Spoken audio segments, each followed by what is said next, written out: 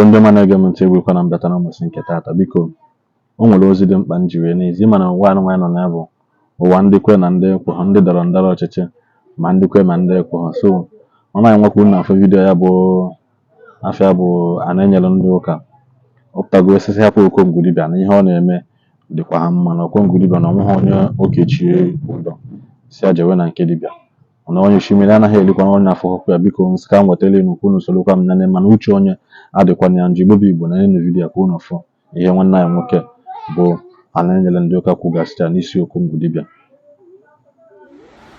Ndị be anyị ekene m unu, ndị Igbo ekene m unu, ọra na eze ekene m unu ka echiri nya zere ọka bụkwa nwanne unu nwoke a na-akpa na-enyere ndị ụka, maka na ọ bụrụ inyere ndị ụka anaghị efula ya ihe ọ bụla inyere Chineke ihe je natakwa enye unu n'anya n'ihe onyonyo na-eme today. Achọrọ m ị na-afụ ya ị na-eshi ya unu ya afụ nwanne anyị nwoke n'ebe ahụ Okongwu Dibia ya na-agbara nze.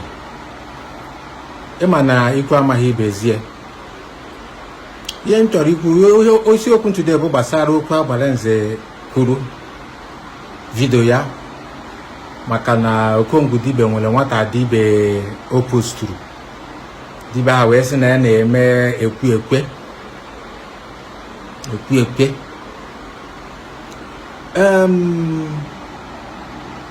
Ife m na-eme ka unu mara abụ because ọ bụrụ na ị nọ into spiritual ị ya ha ghọta ha etu o si arụ ọrụ.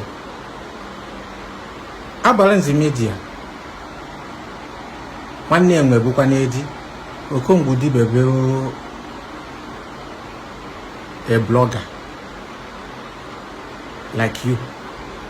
Interview ka o jere eme mmadụ onye ahụ kwuo ọ bụghị Okongwu Dibia gwala ife oyi ekwu. Interview ka o jere eme elect for you bụ onye na-enene ji ihe onyonyo Okongwu Dibia mere. Ị mara na onye ahụ omewule ka ọ na omewuhe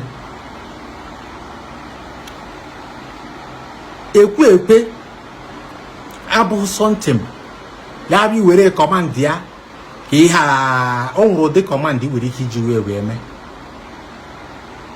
because spiritualism nwere limit, you can access it.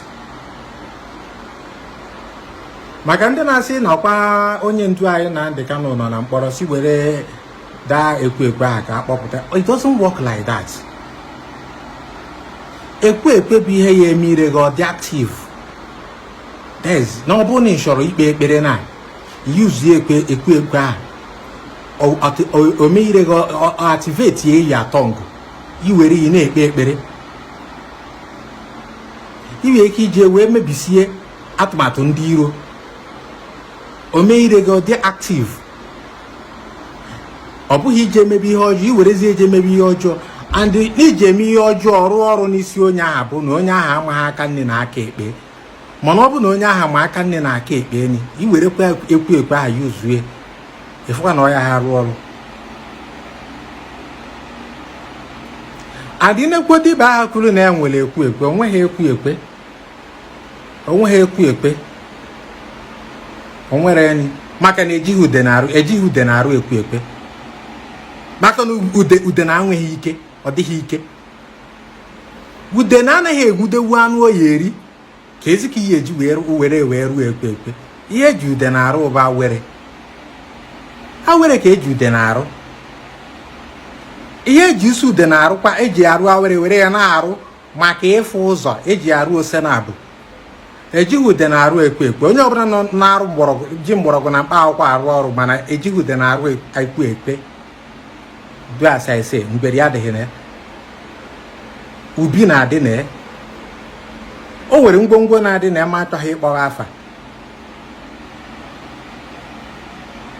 Ude na-adị adịdị ya atọ, ugwumagana na-adị ya. Ndị abụ ndị nwere ike ịkpọwa afa, mana ndị ọzọ adị adị ya, maka na osisi ọbụla ubi tụrụ adị efochi. Osisi ọbụla ubi tụrụ adị efochi. O nweghị ihe mmekọta n'ụwa ya ka moto ugwumagana na-akụ ọsọ iro ka moto gbuo ya.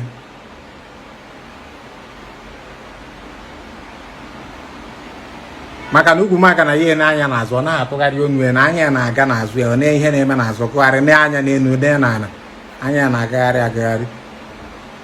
So biko nwanne m nwoke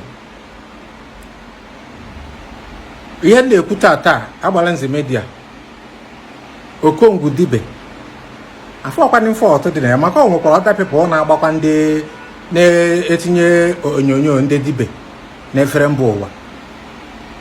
Okongwu Dibia nwata na-achọ ka o too is like other bloggers. Onye ọbụla na-agba mbọ ka o esi ya dịkwa ya mma n'uwe. Just like ihe people na-ekwu na ma ọ na-ekwutọsị ma omenala ma ụka. Ma omenala ma ụka ihe niile bụ ụzọ human being ji achọ ka ha wee dị in good terms with God. Is a religion that planted by human being. Maka ine n'iwu omenala nene iwu ịka ifu na ofu ihe. Onwe mgbe omenala si gị gbuo mmadụ, onwe mgbe ụka si gị gbuo mmadụ.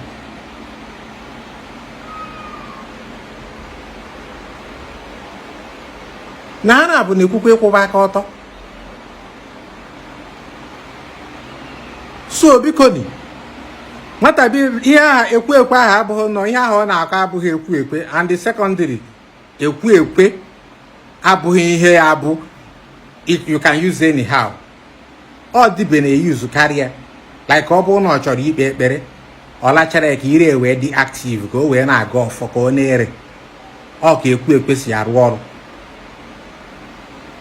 Ọ ihe the reason of ekwe enwekwara osisi ya ụfọdụ na-akpa atụ n'ire ọ ka o si arụ ọrụ to my own understanding etu a ka o si arụ ọrụ.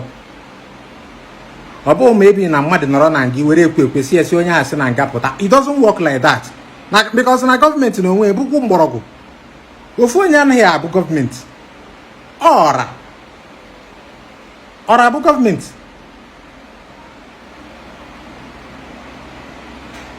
So ekwe bụ ihe eji eme ekpere,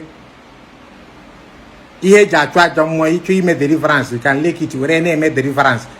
Mmụọ ọbụla ya adịghị ọcha n'ime onye a ka ọ pụọ inye mmụọ iwi ajọ mmụọ iwi one on one something. Ọ bụghị ihe nọkata iwerezi ekwe gabazie to gọọmenti or whatever. It doesn't work like that. It doesn't work like that. Spiritual nwere limit. Gọọmenti bụ ọra ofu onye adịghị abụ gọọmenti. Ọ ka bụkwa nwanne ụnụ nwoke a na-akpa na-enyere ndị ụka inweta evidence Ishi ya ka o ruo nwoke nwaanyị ntị na Okongwu Dibia to my own knowledge and ihe mfuru interview ka o jere eme mmadụ onye aha kwuo just like other bloggers si ejekwa eme other people interview. Gị nwa na-enenezi interview nene onye ahụ ma na omewurie ma na omewuhie n'ọkwa na onye mba ka a na-amara ogodo mkpụ n'anya ọkụ jiri agụ ngwere wee bịara ụgwọ na-agazie ndị n'aka wana na-echa mgbe na-asịgo akwa anyị enyere ndị ụka na Okongwu Dibia bụ ndị machala aka mgbe mana kịta ha na-agbabulugo nnu na mmanụ mana asịkwa na ọbụna o si na dị udo dịla onye ọbụla ka ọ dịrị mbọsị ọzọ.